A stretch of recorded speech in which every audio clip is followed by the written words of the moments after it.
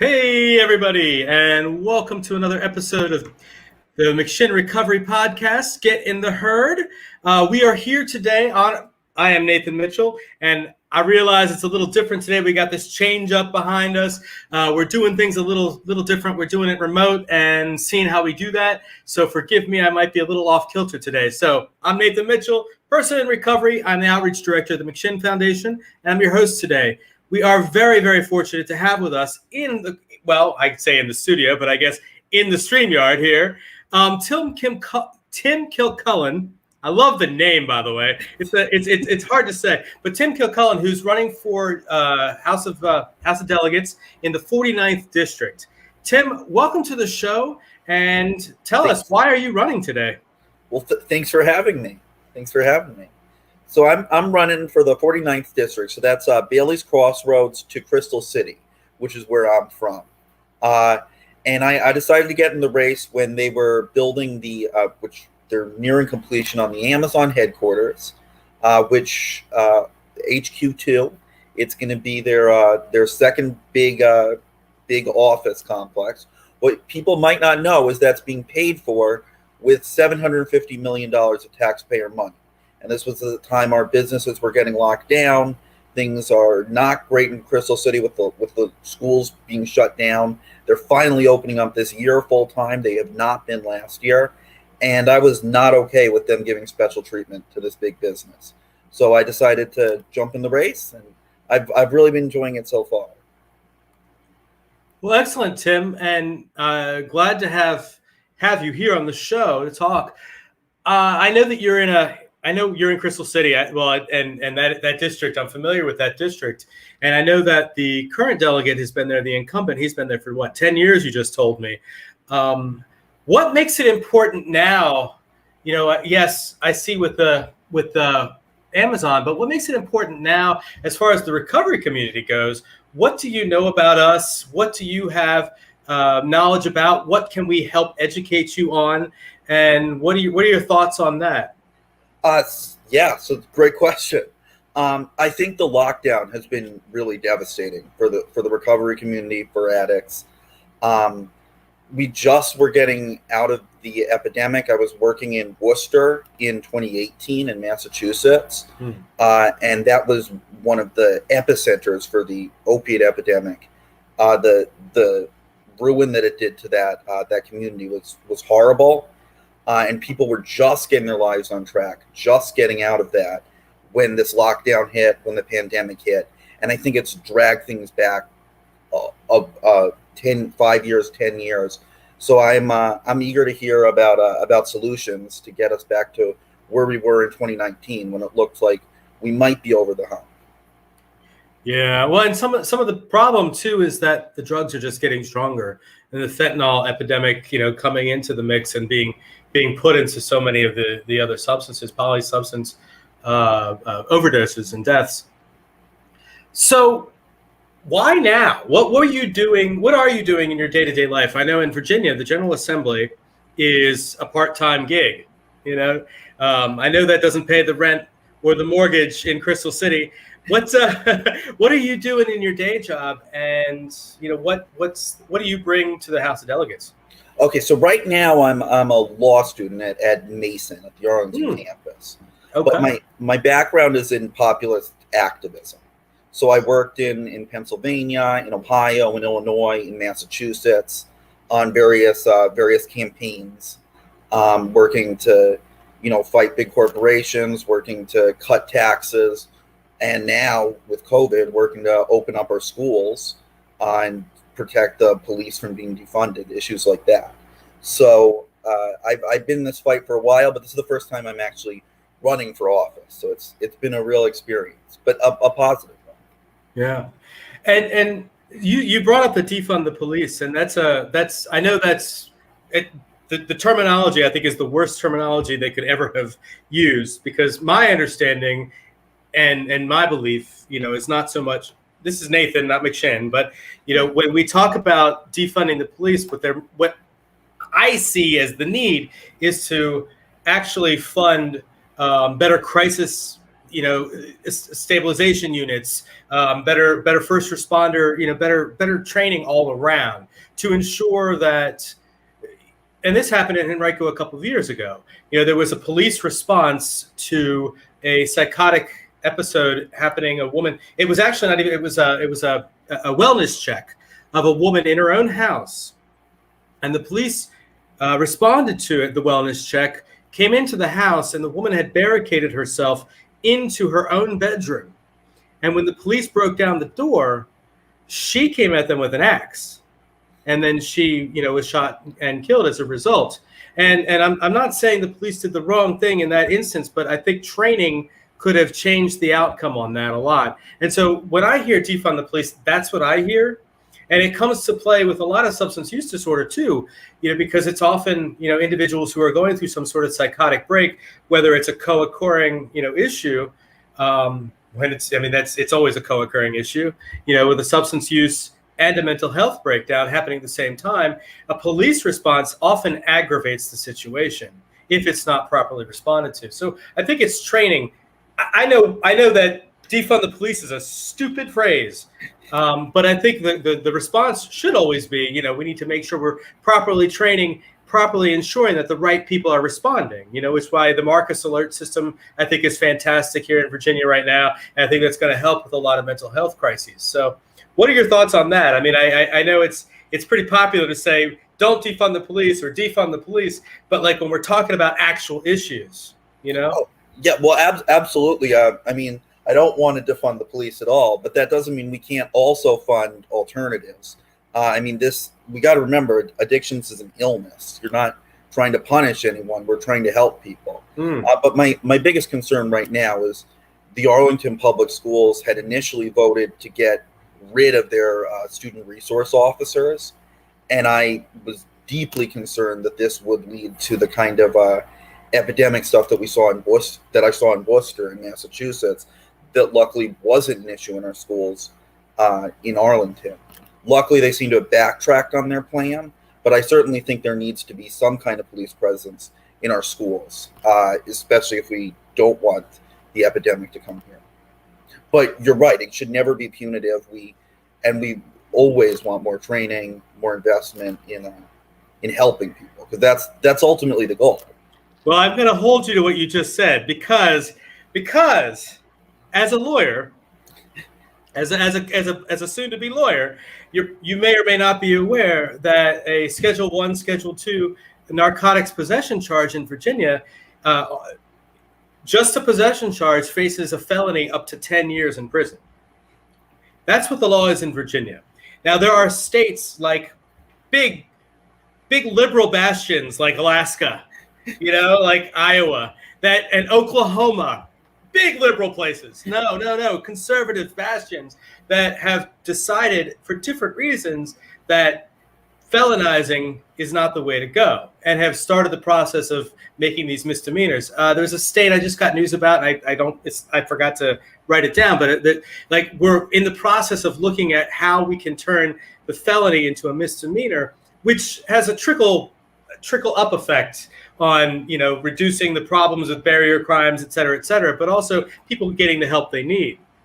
Oh, absolutely.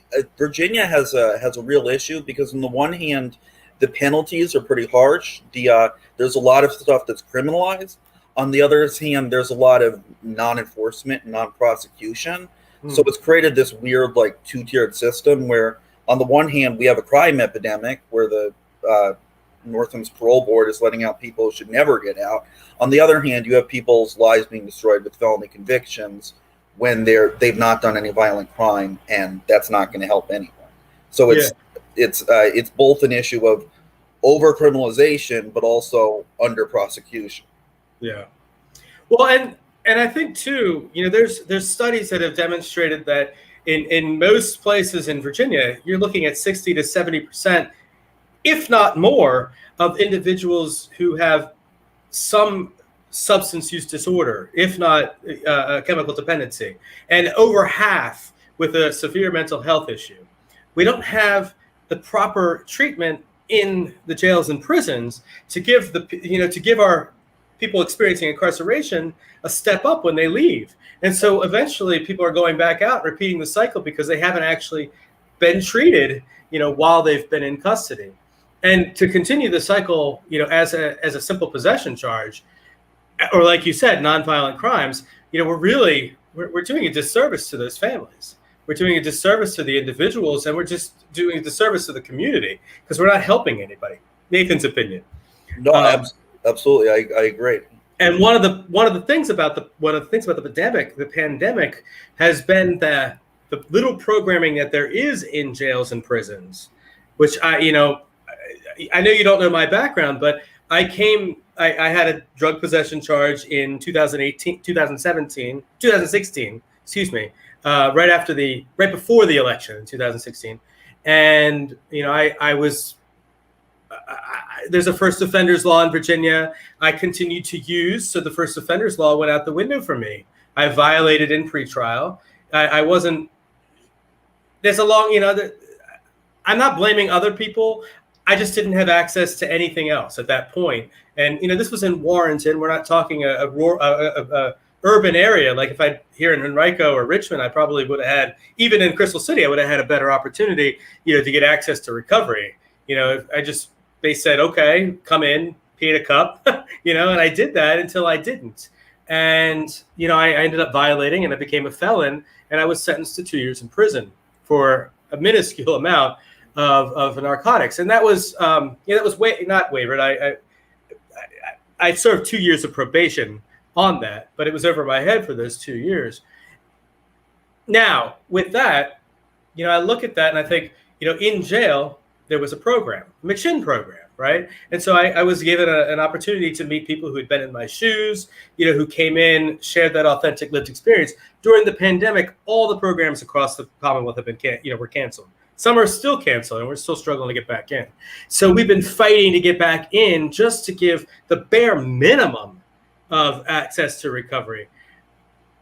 When we get back to whatever normal looks like, in 6, 8, 10, 12 months from now, how do we do a better job at making sure that we aren't criminalizing an addiction, a healthcare crisis, and how do we do a better job of treating the healthcare crisis that is the underlying cause of whatever the criminal behavior is in the jails for the individuals? How do we do that better? Well, first, I want to say I don't think it's just we get back to normal and wait. We are going to have to actually push to get these services back in place and to make sure there isn't another lockdown, another shutdown that'll cut everything off again. I mean, if there's another stay-at-home order, even just a county one in Arlington, that would be devastating for people in recovery. It was last time. And that's why I think we need to put a law in place that preemptively prohibits a municipality from issuing those kind of orders. But then we need to look at prosecution issues, look at the penalties. We don't want to be felonizing people for an illness. That's wrong. That's not helpful. It's not helpful to them. It's also not helpful to the communities. Yeah. Well, so you're in Crystal City. Tell me, do you have a family there? Do you? No. So I was born in New York, and my my mom's up there. My dad's in Illinois. So I came to Crystal City as an adult, but it's an amazing community. Very friendly people, very hardworking people, and and it's a great place to be. Now, I think you were in Crystal City before me. Didn't you say you used to live there? I didn't live there. My mom worked there in the mid to late 90s, and we used to go down there, sometimes. And all the Crystal City Underground was there, and I thought that was really neat. I was a kid I was born, kind of raised in the suburbs of Philadelphia and New Jersey. My dad's Navy, so we traveled a lot, but. So that was it was a unique experience at the time. And then as I got older, I ended up moving to Northern Virginia as well. Lived with my mom in Annandale and then in Manassas, and I lived in the city too. But as Crystal City, morphed and changed over the last, 10, 15 years, really. I did get to go down there a lot. to do some of the things that I did in my addiction, but also just to experience the beauty of it, the diversity of the food and the just the walkability. It's become a very walkable community now. Oh, absolutely. Yeah. So why this issue? Why, you all, I sent out a blanket email to everybody running for office throughout the Commonwealth, however many that is. There's, like 100 and probably almost 200 of y'all for the House of Delegates, and then another 400 or 500, local things as well. You responded back, and I appreciate that. I'm really grateful you did. But what was it that attracted you to respond back to us about what was it about McShin or the podcast that had you call us back? Well, I don't want to get too personal, but I certainly have known a lot of people who've suffered with addiction. I think it is a major crisis facing our country. I think it's also in our Commonwealth. I also think it's an issue that doesn't have easy solutions, that doesn't really fit into partisan boxes, and I think it's really important that I think it's really important that I hear from people with any solution they might have. I think we need to be talking about this issue, and I don't mean talking about it on a slogan way, but talking about it as in actually what can we come together to do about this. Yeah.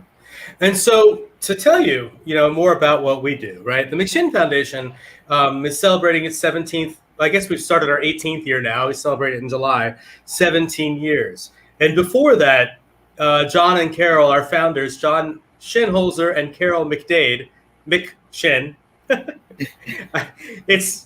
I love that, actually. But they are two people who are in recovery. They have lived experience. Carol actually works as a lobbyist in D.C. She lobbies for health care issues, usually mental health and substance use disorder issues.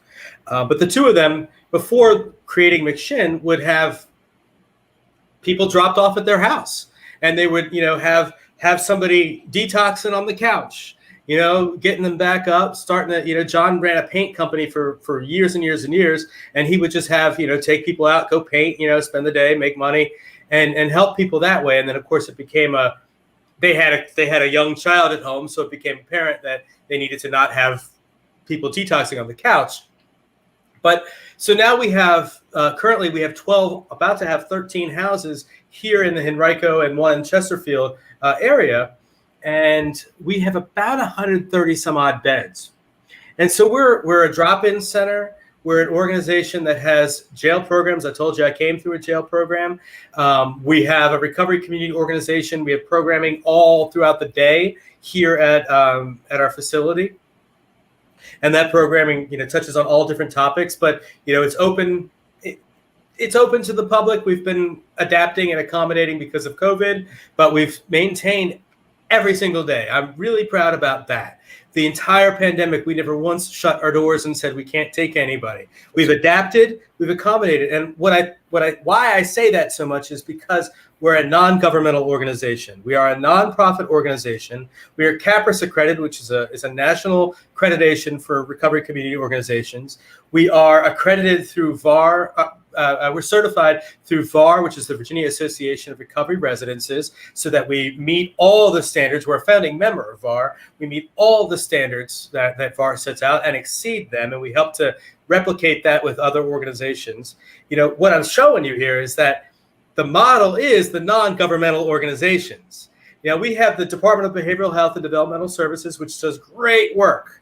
Delegate Willett, who chairs the subcommittee that goes over DBHDS, he has one or two of our houses in his district over here. And, he's great. They do wonderful work. But while we've been able to accommodate and adapt, the government has shut down. The jails have released people early without proper housing plans or, aftercare plans, which in many ways I support this. But at the same time, I recognize that people are dying because the drugs are harder. They've been detoxed. They've already been off the drugs for a while.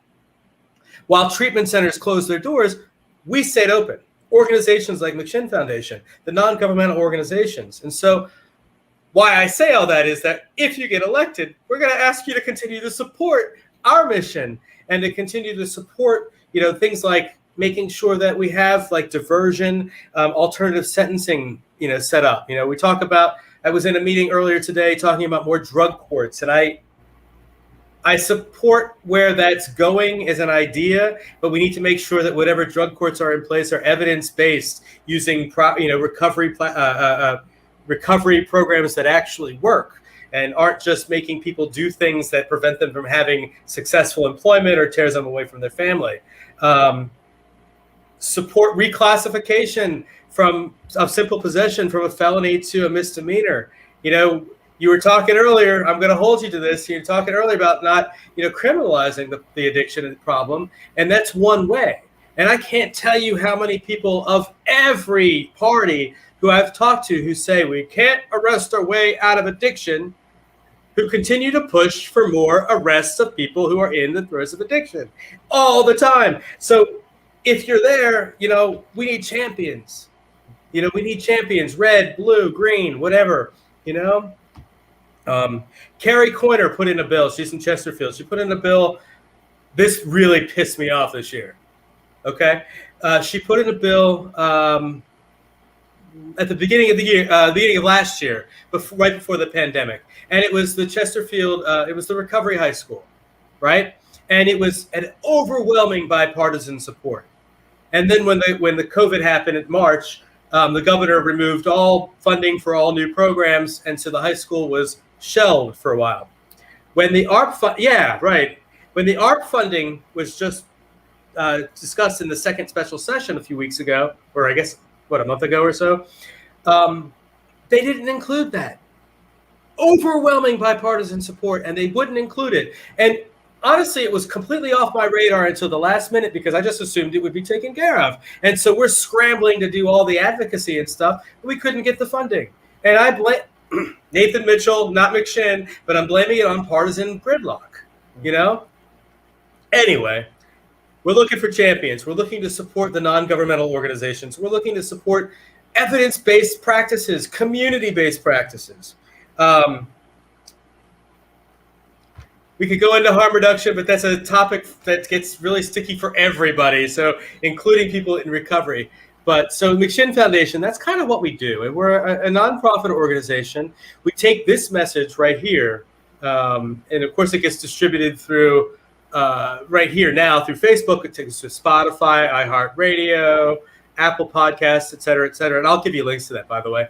But the coolest thing that we do, and really born from the pandemic, is take this, package it, we give it to Paytel, which controls the tablets that individuals who are currently experiencing incarceration use in a lot of jails and prisons, and then they make that available for individuals to use and see and watch for free. And it's a really neat thing that we do because we're able to still continue to put hope shots in when we haven't been able to get programming in. So here's some solutions for you. You fund the things that work. Quit trying to fund the things that don't work. I appreciate the anonymity and the not wanting to talk about personal things, and we get that a lot. That's there's a woman who was running for delegate in the 66th or 65th. She's the Democrat, Caitlin Coakley, and young, wonderful woman. She was here on Saturday for the Recovery Fest, and Friday, a friend of hers. And I can tell the story because she told it publicly but a friend of hers, had died of an overdose, and we hear that so much, both parties, all parties. Yeah. Yeah. What do you hope to do when you're in your first? Obviously, Amazon's a big deal, and I understand why that's a big deal for you. There's a tiny part of me that says they just started paying $18 an hour, but that's just maybe my, I work in nonprofit, so I don't make a lot of money, and I live in Richmond, which is a lot cheaper than Northern Virginia. So there's a part of me going, $18 an hour is a lot of money, but at the same time, supporting small businesses and ensuring that we're recovering from the pandemic. What else do you want to do? You're going to have a whole slate of new people in office come January. What would you want to do in your first couple of days? Well,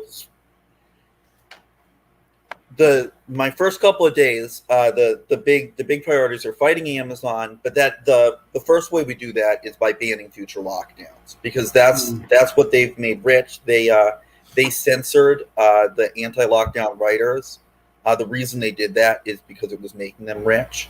So what I would do is I'd pass a common carrier law that says that so long as they're claiming these liability immunities from both the Commonwealth and the federal government, they would have to respect the 14th Amendment, let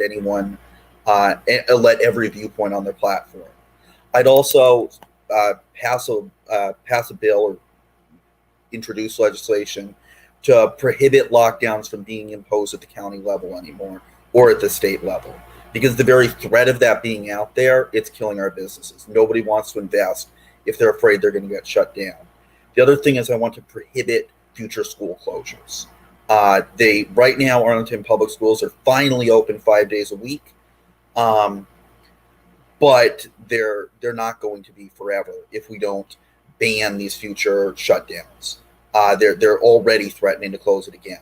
So I want to keep schools open. I want to fight Amazon, pass a common carrier law, and I want to provide tax relief for Virginians. The gas tax has just gone up again. The motor vehicle tax is scheduled to go up next year. That's absolutely devastating. I also support Glenn Youngkin's plan to stop taxing the income of military retirees. That's making them leave the state or change their residency out of the state. It's not actually bringing in any. Having these taxes is not really bringing in any revenue to Virginia. It's just keeping out people who would be spending money in our communities. So those would be my top my day one priorities. Now, when it comes to the recovery community, it's going to take longer to find solutions. It's going to be year by year funding the right programs, changing the structure of our court systems. I think the goal should be to Virginia's doing better than some other states, and my biggest fear is that states like Massachusetts or Pennsylvania, where I used to work, that those failed policies would come here, and that the addiction would skyrocket, because it's absolutely devastating up there. I mean, it's devastating here, but if we start emulating their policies, we're going to look at addiction rates like our Commonwealth has never seen. There's a big push in Virginia by a lot of advocates, and I know this because I'm one of them, but pushing to move towards a Portugal model of treating addiction. And I don't know if you're familiar, but Portugal decriminalized or legalized all drugs back in, I think, 2000 or 1998 or something, almost 20 years ago or a little over. And with that, and Portugal's got a population of, I think, 5.5 million or something like that. Virginia's like 8.7, I think, or 8.6.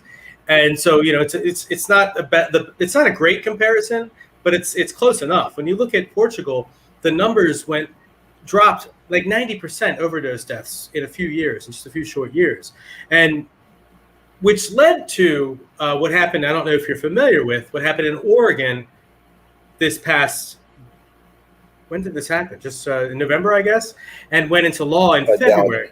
Yeah, by ballot initiative, and we're already seeing I think some issues with that. I mean, one thing is they didn't mandate the healthcare assessments. So in effect, when we had somebody on from Oregon a couple months ago, he said there was 400 and some odd people who'd been charged at that point, and all of them had paid the fine, had opted to pay the fine.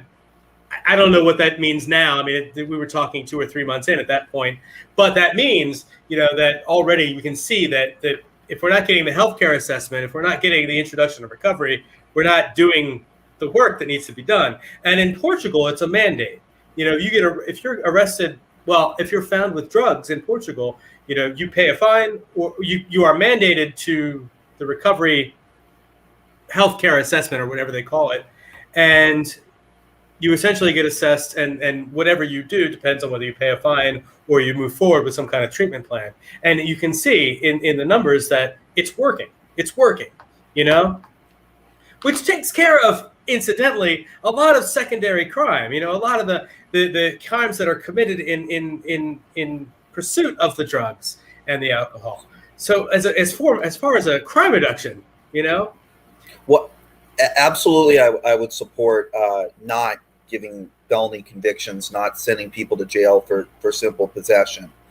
I'm a little hesitant about the Oregon model, which seems to just be changing it to a ticketable offense, which means wealthier people basically get off, and poorer people end up in jail anyway because they can't pay the fines.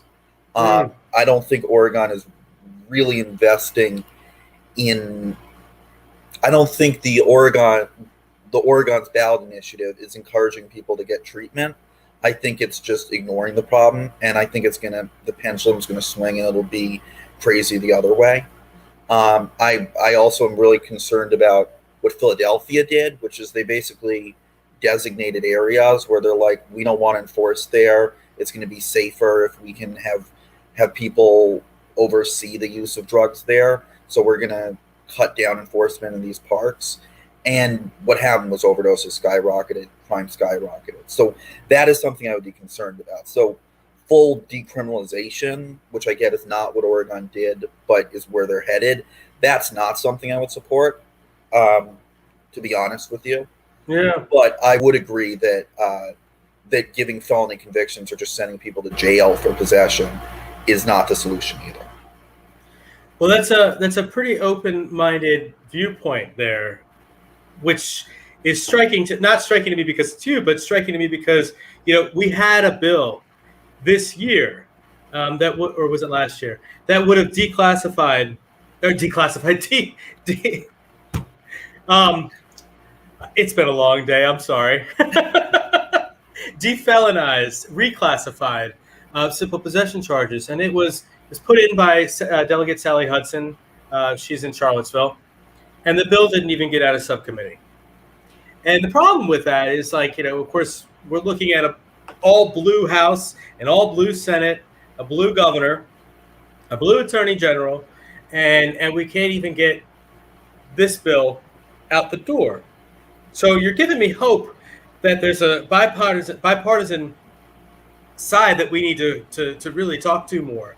We do get a lot of bipartisan support, but I think on this particular issue, demonstrating that Oklahoma, Alaska, these are states that are not liberal, playgrounds. These are states that have looked at this issue and found that it was better to treat it differently. So I appreciate that. I appreciate your candor on all of that. I don't have the facts and figures for Philadelphia, and I don't have the information, to sit here and spout off about harm reduction and these safe injection or safe consumption sites. I know that there was a state, I want to say Rhode Island, that just legalized a safe injection sites. The whole state did. I don't know how that's been implemented, if it has been, because it just happened. This is something I'm, personally, not as McShin, but personally very, very interested in, because, one of the things that happens very often is, people will overdose and they'll not be taken to a hospital. They'll not be given crucial care, So making sure that individuals have access to naloxone, making sure that we don't criminalize people getting help, which means the Good Samaritan laws that we have, they've been up and down over the last, they've been up, getting better over the last couple of years, but there have been, backlashes and people trying to make them harsher. But that's preventing people from getting the help they need, preventing people from getting, seeking treatment during an overdose or a substance use related emergency. So I'm interested in what you're saying. I need to look at that myself, because I don't have the facts and figures on that. My gut tells me that it's better to have, somebody using with somebody else. It doesn't encourage the use, but again, I don't have numbers in front of me. I only have anecdotal, information on that. Interested to know more about that, though. You're studying law, and I know that you're studying law at Mason. By the way, my mom is a student at George Mason, so you might come. Yeah, she's getting a degree in photography, but fine arts, because why not? And it's a great school. What is your what are you studying? What's the law?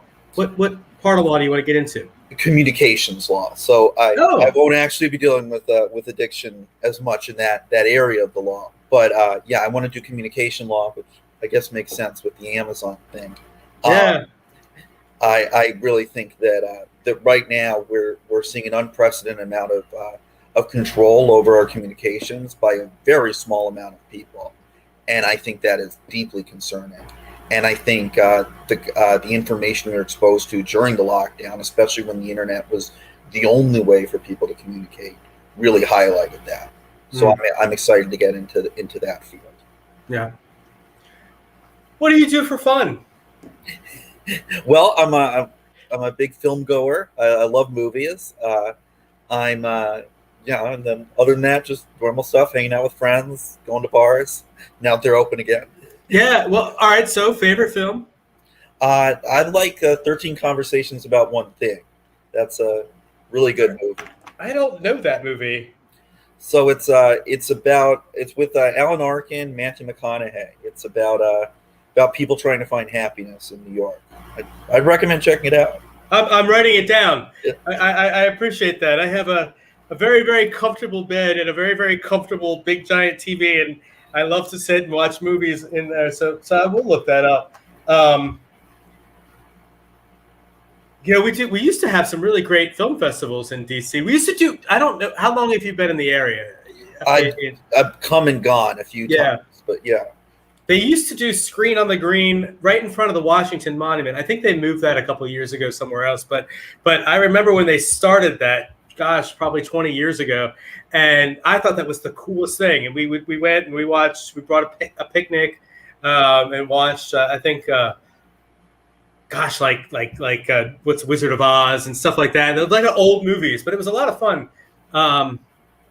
10 million. We're getting some comments. I didn't even see the comments here. Hey, Robert Legg. Hey, Robert, by the way, good to see you. Philadelphia does not have supervised consumption sites. Okay. But I think what you're saying is, I think I might have been conflating two different points. Thank you. Thanks for clarification, Robert. I appreciate that. And Robert says 10 million in 2001. What? I don't know what you're referring to, Robert. Is that the population of Portugal? I guess I could Google that. Yeah, I'll Google the Virginia population. Well, I think you're right about that 8 million. Yeah, 8 million. I'm definitely. I thought Portugal was smaller. Oh no, he's right. Okay, Portugal's bigger, 10.28. I don't know where I got 5.5 million from. Anyway, still pretty comparable. Actually, I think that's a better comparison. Yeah. Robert, I need to have Robert Legg. So Robert Legg is an advocate with a huge background and all the numbers and knowledge. And I wish you would get on the show with me more, Robert. Same as Michigan. That's it. Yeah. So 10 million, same size as Michigan. Okay. But anyway, I need to get Robert to fact check us. So going back to the movies, because I had to talk about the fun stuff, right? I remember going and doing that. It was a lot of fun. That's something in recovery that, we talk about recovery, right? Or I do anyway. We talk about recovery, and when a new person comes in, I had a coachee, brand new back to recovery on Saturday, right? And he's sitting here. I'm pointing at my couch. He's sitting on my couch with me, and as a recovery coach, we do these one-on-one sessions where I'm not a therapist or a counselor. I really heavily rely on my lived experience to relate to somebody and to be a resource provider, And so often, like with this particular coachee earlier today, it's like the doom of it's never going to be fun. My life is now boring. It's all over. But when we continue to invest in these little things, these fun things like what you're doing, not you're doing, but movies, movie nights and gyms and organization, recovery community organizations, we end up having a real good time together. I know that you were busy on Saturday and couldn't come to our Recovery Fest. Yeah, I was actually at a funeral, so I'm sorry. I'm sorry to hear that. But with us, we had, we're on COVID different things here. So, but we still had several hundred people here, and it was a blast. We had families. We had people. We had the what do you call that? A little mobile thing doing vaccines, COVID vaccines. We had all the vendors. We had music. We had our congresswoman. We had candidates. We had incumbents all here, and it was. I like the political stuff personally, but we also had fun. There was people eating. Oh God, we eat. You get when you're in recovery. At least for me, the first thing I started doing was eating. Never stopped. And I always joke about, you'll know that I'm slipping in my recovery if I lose weight.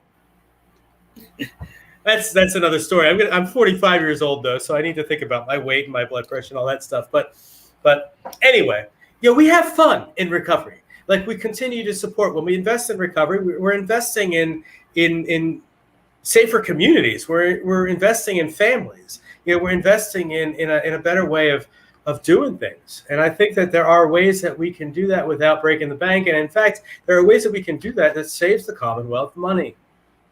Saves the Commonwealth money, makes it a safer place for everyone, and, continues to make recovery the epidemic. Robert, I know you're listening. Is there anything you want to ask? Because I know you always got the questions. I'm sitting here staring as if he's going to respond. You talked about Pennsylvania. Johnny Fab is in Pennsylvania. He's a recovery advocate up there. We're on a national team together. Actually, all three, Robert, Johnny, and I are on a team that works grassroots level, but also nationally on all issues that talk about recovery. And identifying recovery champions, purple, blue, green, red. To give you an example, last year.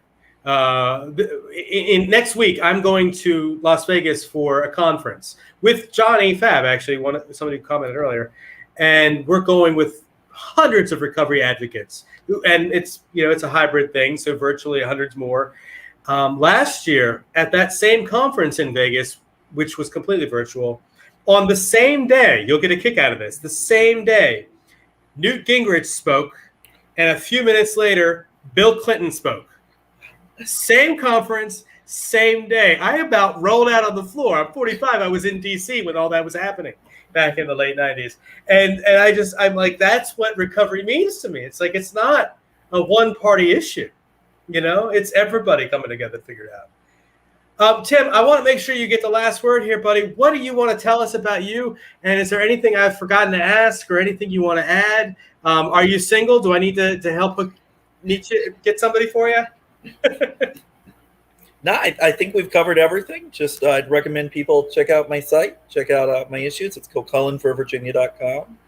Check out my Facebook page, and I really want to thank you for having me on. Thank you for letting me discuss this issue and for sharing your thoughts on this. I really appreciate this, and I really appreciate the work McShin does. Thank you. Really appreciate you coming and being willing to share with us and open up with us. I really wish you a lot of, I'd say luck, but I wish you a lot of good fortune with your law school, finishing that up with the election and moving forward. And I hope that whatever happens in November, that you continue to realize that with some good shit. It's the end of the show. There's some good stuff happening here in Virginia, and that we can always find ways to help each other with that. So anyway, our guest today, Tim Kilcullen, in the 49th District up in Crystal City, Bailey's Crossroad. Gosh, all these places I remember doing all kinds of fun stuff. I love that area. Thank you to everybody listening. Thank you, Justin, for making this happen. We're doing the completely virtual thing today. I'm in my office. We're weirded out because we have Wi-Fi, but we don't have the hard line. I don't get it, but that's why I get paid the nothing bucks to do this and not the big bucks to do that. But anyway, thank you everybody for being here today. We'll see you tomorrow. Joyce will be here with Dr. Diane Kaufman. She'll be talking about trauma-informed care, and she'll be talking about using the trauma to do creative resilience. So I'm really excited to see that tomorrow. I know Joyce is excited to have Dr. Diane. So thank you all. We'll see you tomorrow. Take care. Thank you, Tim. Here at McShin, we believe in the McShin way, which is authentic recovery support service providers, people with lived experience, bringing that experience to those who need that lived experience in recovery. Here at McShin, we believe in many things to support our mission. We believe in women empowerment. What I love most about what we believe here at McShin is we believe in the authenticity of the peer-to-peer approach. Here at the McShin Foundation, we believe in giving people opportunity. Here at McShin, we believe in the inherent worth and dignity of every person. At the McShin Foundation, we believe in helping people reach their full potential. Here at the McShin Foundation, we believe in multiple pathways to recovery. Here at McShin, we believe in placing principles before personalities to help spread hope. Here at McShin, we believe that recovery is possible and that any person seeking recovery can become a more acceptable, responsible, and productive member of society. Here at the McShin Foundation, we believe in self-discovery. Here at McShin, we believe in saving lives and offering second chances. Here at McShin, we believe you can do this. Here at McShin Foundation, we believe that we can only keep what we have by giving away, which is why we continue to help others like us seek and find recovery.